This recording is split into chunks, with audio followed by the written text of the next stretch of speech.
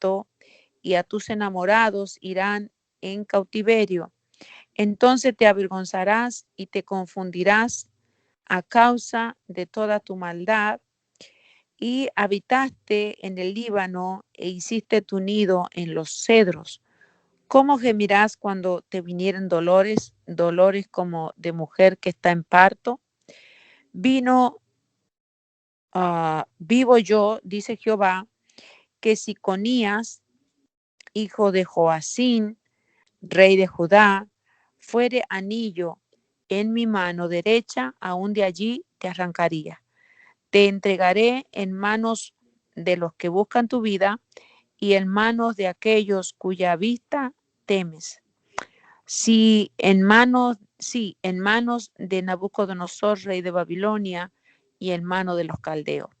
Te haré llevar cautivo a ti, a tu madre que te dio a luz, a tierra lejana en que no naciste, y allá morirás. A tierra a la cual ellos con toda el alma anhelan volver, allá no volverán. ¿Es este hombre Conías como una vasija despreciada y quebrada? ¿Es un trasto que nadie estima? Porque fueron arrojados él y su generación, echados a tierra que no habían conocido. Tierra, tierra, oye palabra de Jehová.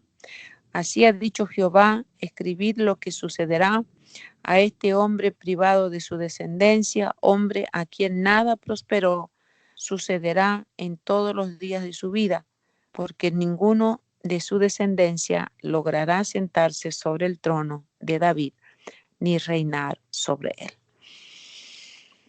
Vamos a ir a 2 de Samuel, capítulo 7, y vamos a leer desde el verso 3 al verso 17. Allí vamos a encontrar cuál es el pacto que hizo Dios con David, que es contado, ¿verdad?, como el rey de Israel, porque sabemos que Saúl fue desechado antes de que su trono o su reinado fuera confirmado. ¿Ve? Eso usted lo puede leer cuando tenga más tiempo aquí en el libro de Samuel. Por eso se constituye como el primer rey de Israel a David. ¿Por qué? Porque a David Dios le confirmó su reino y Dios estuvo con él y Dios lo prosperó y lo bendijo y le dio descendencia. No así a, a Saúl. Cuando Saúl murió, ¿verdad? En la batalla, también murió Jonathan, que era su primogénito. Entonces, no hubo quien reinara en el lugar de Saúl. Por eso Dios levantó a David como rey de Israel. Aquí vemos desde el verso 3, está hablando Dios al corazón de Natán, el profeta que estaba en el tiempo de David, porque Natán en el verso 3 había dicho a David, porque David le dice a Natán que él quería levantarle casa, Jehová quería edificarle templo. Entonces Natán tiene una palabra para David en el verso 3, y ya lo tiene, 2 de Samuel capítulo 7, verso 3. Y dice, Natán dijo al rey, anda y haz todo lo que está en tu corazón, porque Jehová está contigo. O sea, la seguridad del profeta, que Dios no se iba a oponer a que David le levantara una casa para él, porque le pareció una actitud muy buena de David. Pero Dios viene en la noche y le habla al profeta Natán y le dice que vaya a la casa de David y le diga estas palabras. Y las palabras se lo voy a resumir para que usted empecemos a leer recién desde el 14, porque queremos ahorrar tiempo. Bueno, el Señor le dice a Natán que David no le va a levantar templo. Después tiene razones por las cuales no quería que le levantara templo, porque él había sido un hombre violento, un hombre de guerra, un hombre que había derramado mucha sangre, había matado a mucha gente. Por tanto, Dios consideraba que David no estaba apto para poder ir a levantarle casa donde él iba a habitar. Entonces Dios lo elige a Salomón, ¿verdad? Ya sabemos la historia. Salomón levanta el templo y Dios hace un pacto con David. ¿Cuál fue el pacto que hizo Dios con David? Bueno, en el verso 14 en adelante al 17, allí está concentrado el acuerdo que tuvo Dios y David. ¿Cuál fue el pacto? Dice, yo le seré a él por padre y él me será por hijo.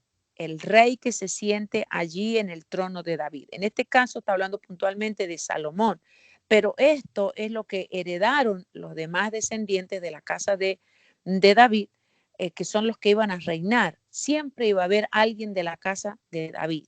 Entonces dice, al rey que se suba ahí, al trono de David, dice, yo le seré por padre y él me será por hijo. Y si él hiciere mal, yo le castigaré con vara de hombre y con azotes de hombres, yo le voy a castigar. Pero en el verso 15 dice, mi misericordia no se apartará de él, como la aparté de Saúl, al cual quité de delante de ti. Y será afirmada tu casa y tu reino para siempre delante de tu rostro, y tu trono será estable eternamente, conforme a todas estas palabras y conforme a toda esta visión. Así habló Natán a David. Este es el pacto davídico, o sea, el acuerdo que Dios tuvo con David. Por causa de el corazón que David tenía para Dios, ¿verdad? Aunque un hombre como cualquier otro que se equivocó y que pecó, pero ¿cuál era lo que Dios, digamos así, tenía de bueno en David? Era que era un hombre sensible a la voz de Dios, que cuando Dios lo hablaba y cuando Dios lo exhortaba o cuando Dios lo corregía, él fácilmente iba y se arrepentía y le pedía perdón al Señor y buscaba, ¿verdad?, mejorar su camino. Entonces, por eso dicen que David tenía un corazón conforme al corazón de Dios. ¿Cuál era el corazón de Dios? Es que cuando hay un hombre, una mujer que verdaderamente se arrepiente, ¿verdad? Una mujer, un hombre que verdaderamente quiere hacer la voluntad de Dios, pues Dios cambia. Cuando Dios dice te voy a hacer mal, pero la persona se arrepiente y busca de Dios y demuestra no solamente con sus palabras, sino con sus hechos que verdaderamente se ha arrepentido, Dios cambia y Dios retrasa o cambia o quita ese mal y Dios lo que hace con esa persona es bien. Entonces David había tocado el corazón de Dios, por eso Dios hizo un pacto con él. ¿Y cuál fue el pacto? Es que siempre, por eso dice que tu trono será estable eternamente. Y allí viene la promesa en que Jesús es de la casa de David, de la tribu de Judá. Así que Jesús es el rey de Israel. Cuando Él venga, Él va a reclamar su trono porque Él es descendiente de la casa de Judá, del trono de David, y Él se va a sentar y va a reinar por 1000 años. Él es el Mesías. Pero en esta ocasión, ¿por qué yo traigo a memoria este pacto? Porque estamos hablando de Jerusalén y en Jerusalén estaba el trono de David y los que se sentaban allí tenían que vivir como David vivió. ¿Cómo vivió David? Agradando a Dios, haciendo justicia y proclamando el juicio y siempre haciendo uso de la palabra de Dios para bien. Pero aquí vemos que dice que cuando alguno de estos reyes hiciera el mal, Dios los castigaría con vara de hombre y con azote de hombre. ¿Qué quiere decir eso? Bueno, es lo que nosotros estamos viendo. Aquí no bajó ningún ángel a castigar a nadie. ¿Ve? Que aquí usted no ve que nombran a ángeles, ni estamos viendo que sean demonios. No, no, no. Aquí son hombres contra hombres. Este señor hizo lo malo, todos estos reyes, porque la mayoría de los reyes de Jerusalén hicieron lo malo ante los ojos de Dios. Si usted va a estudiar el libro de Primera y Segunda de Reyes y Primero y Segunda de Crónica, esa es la historia básica de todos los reyes que pasaron por Jerusalén. Y en la mayoría usted va a encontrar que todos hicieron lo malo ante los ojos del Señor. Y por eso es que ahora, en este punto de la historia del pueblo de Israel o de la ciudad de Jerusalén, viene el castigo. ¿Por qué Dios los está castigando? Porque Él le advirtió a David, yo voy a estar con ellos, voy a firmar tu trono. O sea, fue un pacto entre Dios y David. El trono de David va a permanecer perpetuamente, o sea, va a estar para siempre. Por eso Jesús se va a venir a sentar en ese trono, bajo este pacto. Pero los que estuvieran sentados allí en ese trono tenían que agradarle a Dios. ¿Para qué? Para que Dios bendijera, para que Dios los multiplicara, para que Dios los prosperara y para que no los entregara en las manos de sus enemigos. Aquí vemos todo lo contrario de lo que el pacto decía, ¿verdad? Por eso en este caso Dios está viniendo en contra de los reyes y ya habíamos hablado de dos en la mañana. Ahora vamos a hablar de Jeconías. Jeconías, aunque aquí en el verso 24 le llaman Conías, porque el nombre Jeconías significa, ¿verdad? En hebreo, Jehová es el que establece.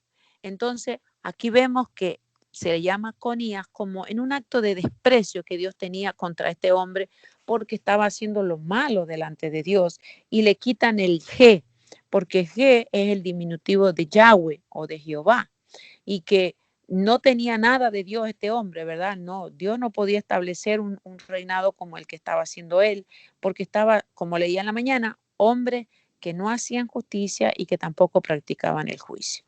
Entonces aquí vemos desde el 20 en adelante, las primeras palabras es contra la ciudad de Jerusalén. Dice al profeta que tenía que subir al Líbano. El Líbano era una montaña, ¿verdad? Tenía que subirse allí y clamar y Basán era otro monte.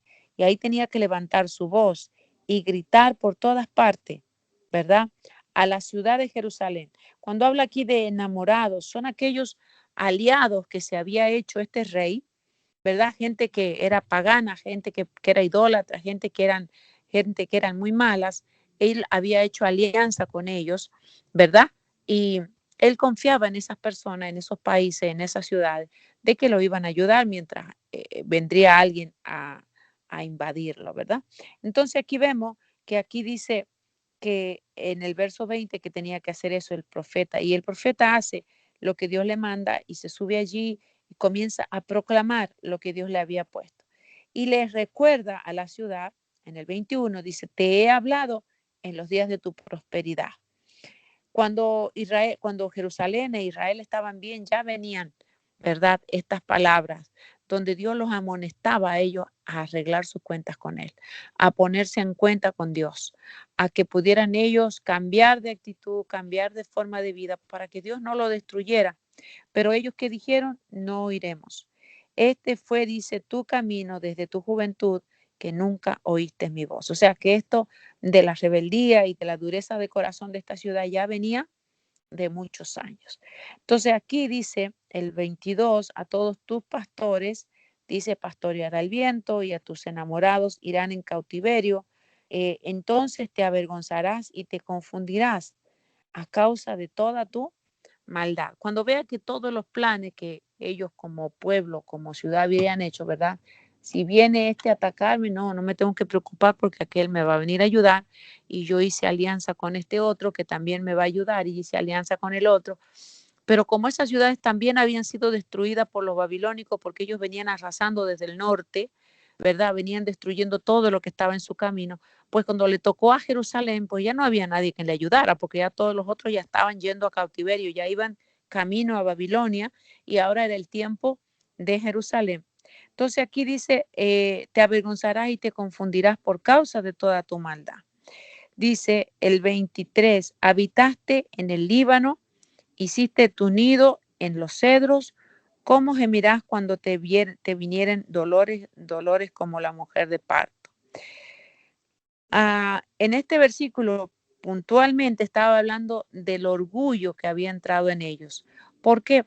Porque en la antigüedad, ¿verdad? Es como ahora, por ejemplo, si nosotros habláramos de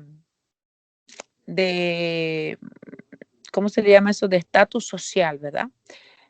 Mi casa, a la comparación de un Donald Trump, pero es un rancho viejo y nunca quisiera entrar aquí. ¿Por qué? Porque a donde él vive, todo es mármol, todo es cristal, todo es oro, porque, ¿verdad? Él tiene dinero como poner su casa así. Pero imagínese que usted le vaya a decir a una persona como él, como Donald Trump o como no sé qué otro millonario pudiéramos hablar hoy día, que tenga muchos millones, ¿verdad? Que tenga mucho dinero, que le digamos, mira, arregla tu vida porque un día vas a vivir en la miseria. Ellos nos van a reír en la cara porque va a decir, ¿y esta de dónde? Yo tengo mucho dinero y yo siempre voy a vivir así. Bueno, esa era la actitud que tenía Jerusalén cuando los profetas le decían, arréglense con Dios porque va a venir, se van a ir cautivos, los van a llevar a Babilonia, van a pasar hambre, van a pasar frío, los van a golpear. Ellos mirando la comodidad que ellos estaban teniendo en ese momento, ellos eran una ciudad próspera. Dios estaba todavía con ellos. El rey salía y entraba en victoria, traía despojos, juntaban tesoros y ellos eran muy ricos, estaban muy bien. Ellos nunca se imaginaban que iban a estar en esta posición donde hubiera hambre, donde hubiera pestilencia y donde estuvieran sitiados, o sea, que estuvieran rodeados por un ejército grandísimo y muy cruel, muy malo, la gente que le iba a venir encima, para arrepentirse en ese momento. ¿Por qué? Porque ellos no podían alcanzar a ver el futuro, pero ya Dios les venía advirtiendo. Dice, tú hiciste tu casa allá en las alturas, te llenaste de orgullo, de vanidad, y no me escuchaste, dice Dios. Y dice, y ahora que te vienen los dolores de parto, ¿verdad? ¿Cómo tú vas a gemir? O sea, Dios le estaba diciendo, si me hubieras escuchado en el tiempo de tu juventud, en el tiempo que tú estabas bien y te hubieras vuelto de tus malos caminos, pues no tendrías que estar pasando por este momento. El 24 comienza a hablarle al rey, puntualmente al rey.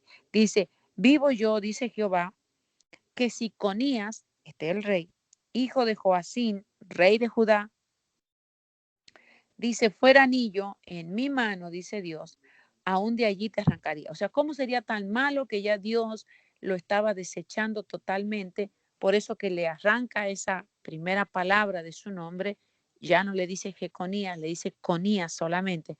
Ya Dios no quería nada que ver con este hombre. Y dice, yo te arrancaría de mi mano y te voy a entregar en la mano de los que buscan tu vida. ¿Quiénes eran?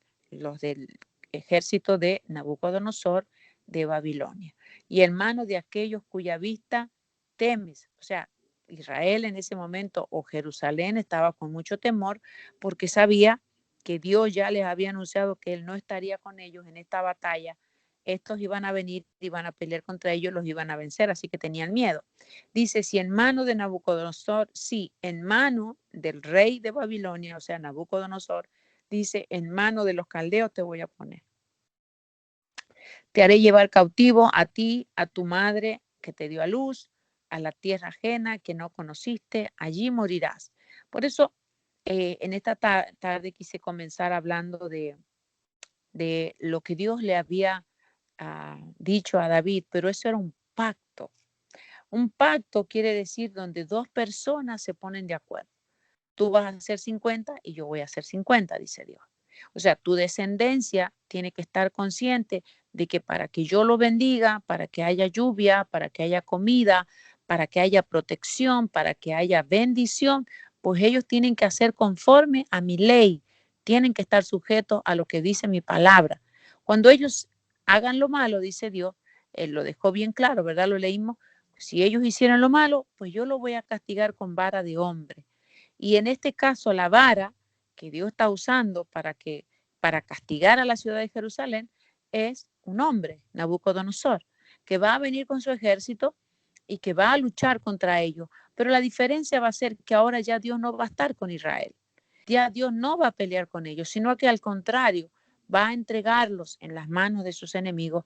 Y como el corazón de la ciudad está apocado, está entristecido, está debilitado porque no tienen comida, están débiles, no van a poder vencer contra ese ejército que viene y que es tan cruel, ¿verdad? Porque después Dios también le cobra a Babilonia lo que le hizo a su pueblo cuando Él lo puso en sus manos, porque ellos eran muy crueles.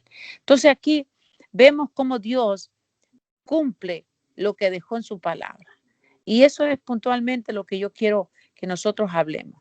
Nosotros también hoy estamos bajo un pacto. Ya no estamos en el pacto de David, ni en el pacto de Moisés, ni en el pacto de Abraham, porque con todos estos hombres Dios hizo un pacto. Dios se puso de acuerdo con estos hombres. Tú haces 50 y yo hago 50, dice Dios. Pero ahora estamos bajo de dice Pablo, dice que estamos bajo un mejor pacto. ¿Por qué?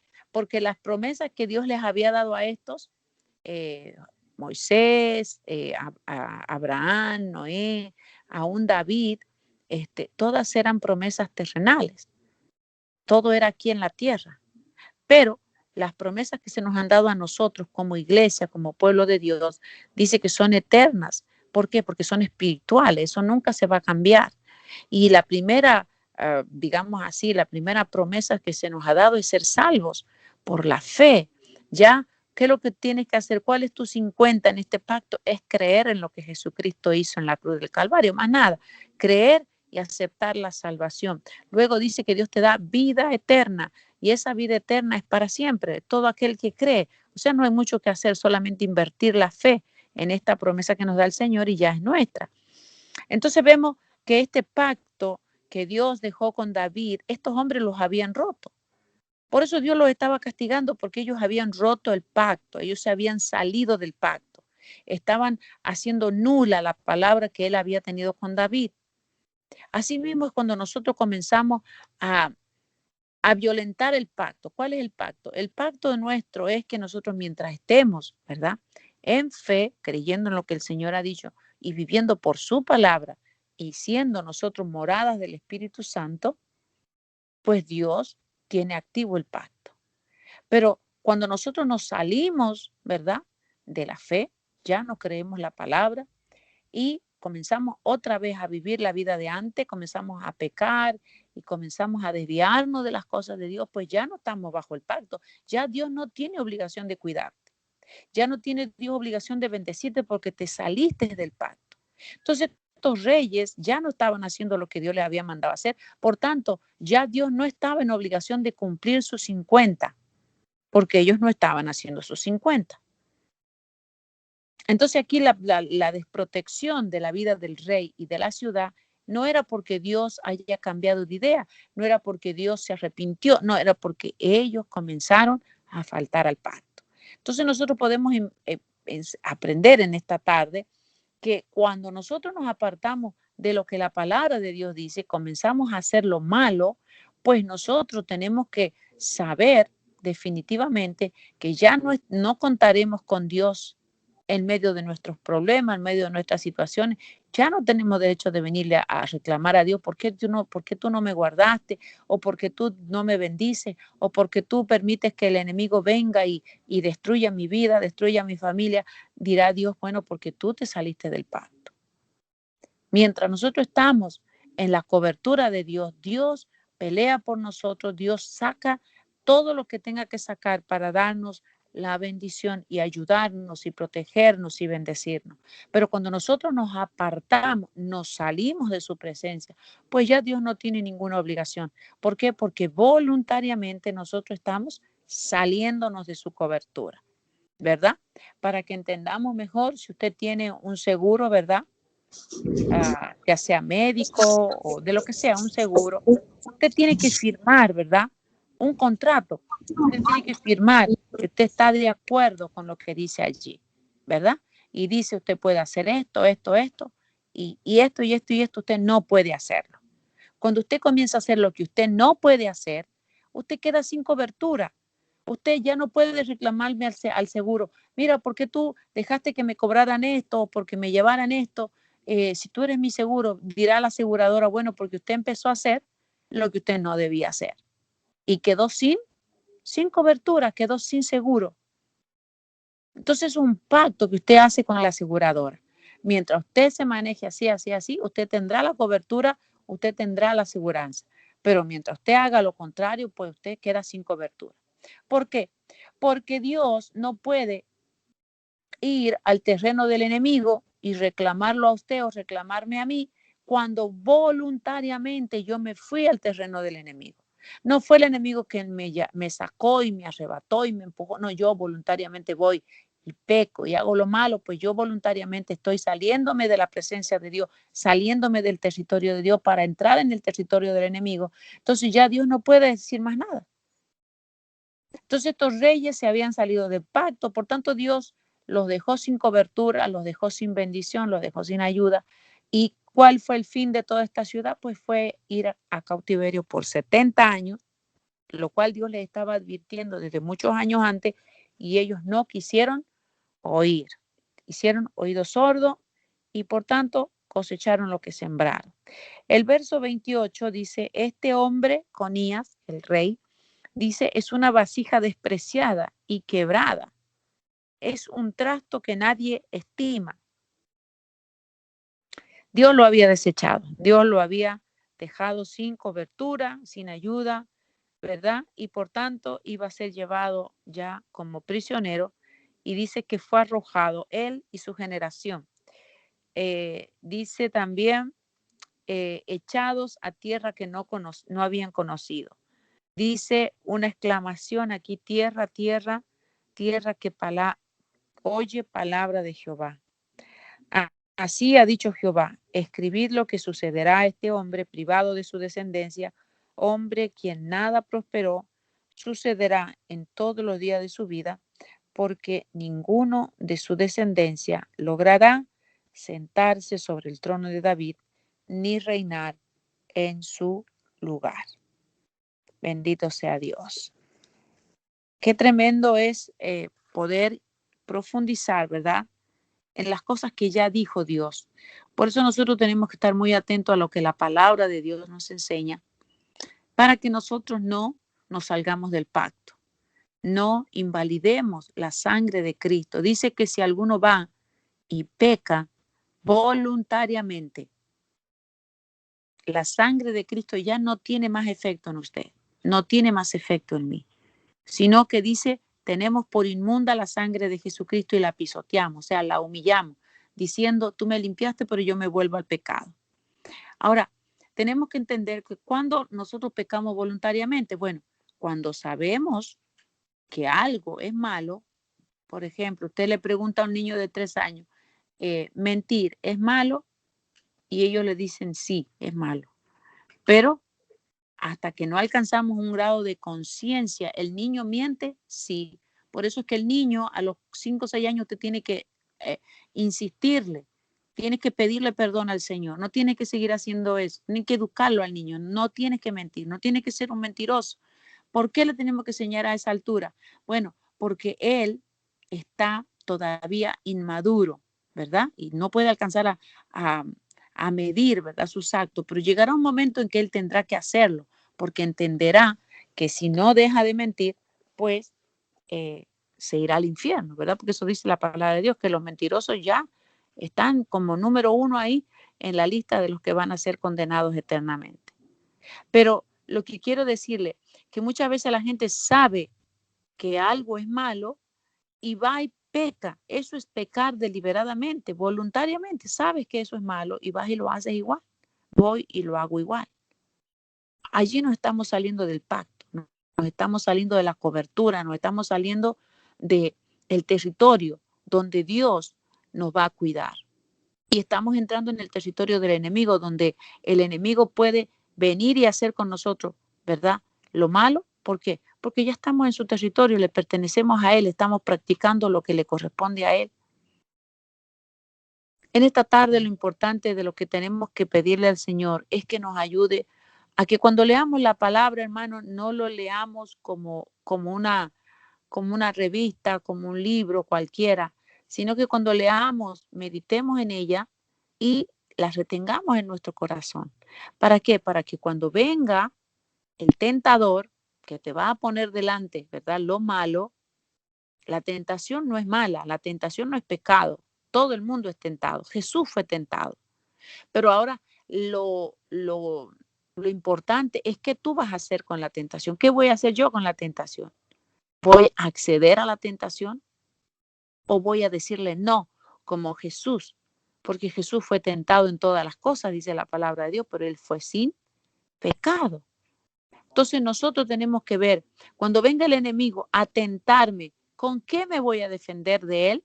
Con la palabra. Cuando usted sabe la palabra, no, esto dice el Señor que es malo. Y Satanás viene y me lo pone aquí para que yo haga, para que yo lo haga, para que yo lo practique. ¿Qué tengo que decir? No, yo no puedo hacer eso. Vete de mí, Satanás, como le dijo el Señor, ¿verdad? Apártate de mí, Satanás. ¿Por qué? Porque escrito está.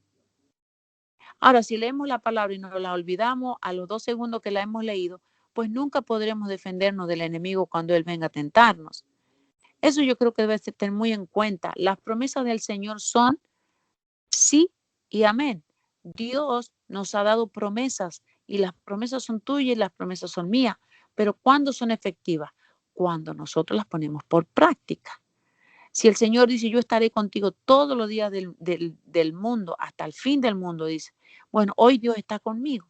Por tanto, si yo hago lo bueno, lo correcto, lo santo, Dios va a permanecer conmigo. Pero si yo me desvío a hacer lo que yo quiero, pues ya Dios no estará conmigo, porque esa es la promesa. Entonces, en esta tarde tengamos en cuenta, los reyes de Jerusalén estaban recibiendo el justo castigo porque ya Dios les había advertido, el día que ellos hagan mal, pues yo los voy a castigar. Y, y aquí vemos que este hombre directamente Dios lo desecha. Este rey, Conías, solamente reinó 3 meses y 10 días y lo llevaron cautivo y lo mataron. O sea, se murió allá en la tierra donde lo llevaron cautivo. Entonces, pero en esos 3 meses y 10 días, me imagino que hizo muchas cosas malas para que llegue a ser desechado por Dios, pues también él acarreaba todos los pecados de su padre, Joacín, que también había hecho lo malo ante la presencia del Señor. Quiera Dios que en esta tarde Dios le traiga revelación a su corazón y que le permita entender que hay un pacto entre la iglesia y Jesucristo. En ese pacto nosotros estamos, en el pacto del Cordero de Dios, el cual vino a pagar los pecados de toda la humanidad, pero dice que cuando nosotros somos perdonados, Dios se olvida de todo pecado, ¿verdad? Digo, cuando nosotros venimos, nos arrepentimos, Él nos perdona y Él no se acuerda más. Él no se acuerda más de lo que tú hiciste mal antes de conocerlo. Ahora, pero sí tiene muy pendiente lo que tú haces después de conocerlo. Por eso nosotros tenemos que estar pendientes de lo que la palabra me enseña que no se puede hacer para nosotros no pecar voluntariamente, sabiendo lo que es malo y vamos y lo hacemos de todas maneras. Eso nos hace estar fuera del pacto. Eso nos lleva a alejarnos de la presencia de Dios. Por eso nosotros debemos vigilar nuestros pensamientos, que lo que yo pienso, lo que yo quiero, lo que yo deseo esté de acuerdo con la palabra de Dios. ¿Para qué? Para que esos pensamientos y esos deseos pues no me lleven a ofender a Dios, que no me lleve a apartarme de sus caminos. Así que en esta tarde oramos, le damos gracias al Señor. Bendito sea el nombre de Dios. Y yo no sé si hay otra petición, si no, oramos por las peticiones que ya tenemos en la presencia de Dios. No sé si está hermana Gladys conectada para que nos dé una noticia de cómo está Delmi.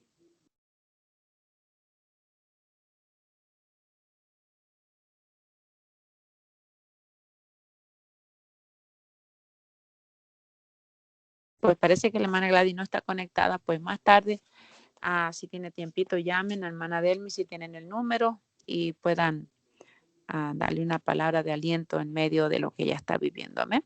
Pues damos gracias al Señor en esta tarde en el nombre del Padre, del Hijo y del Espíritu Santo. Bendito sea el nombre de nuestro Dios.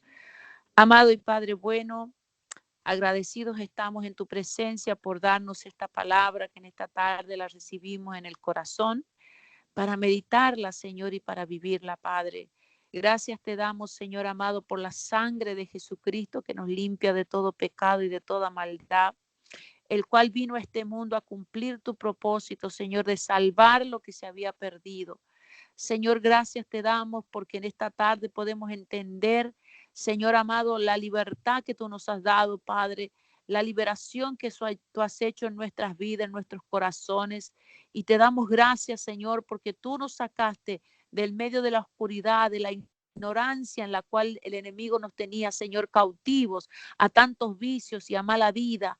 Padre, pero en este día nos presentamos a ti, Señor amado, rogándote la fortaleza, Señor, para no volver atrás, Dios mío, para no acceder a las tentaciones, para no ofenderte, Dios de los cielos, para no entristecer a tu Santo Espíritu que está en nosotros y está con nosotros, lo dice tu palabra. Padre mío, te doy gracias por esta tarde. Gracias por lo que tú nos enseñas en este día. El cuidado que debemos tener, Señor amado, con tu presencia, con esta salvación tan grande como tú la llamas, Señor, la cual debemos cuidar con temor y temblor. Señor, en esta tarde nos acercamos a ti, Señor amado, reconociendo nuestros pecados. Padre, tú sabes que te ofendemos, que muchas veces somos débiles ante circunstancias, Señor, y faltamos a tu palabra, pero perdónanos, Señor, y límpianos, Padre, de todo mal. Límpianos de todo pecado y de toda maldad en esta tarde. Que tu Santo Espíritu, Señor amado, sea trabajando en nosotros, redarguyéndonos, Señor, empujándonos a buscar tu presencia en el nombre de Jesús de Nazaret. Padre, bendigo esta tarde. Bendigo en el nombre de Jesús, Señor, la vida de cada uno, Señor amado, de tus hijos.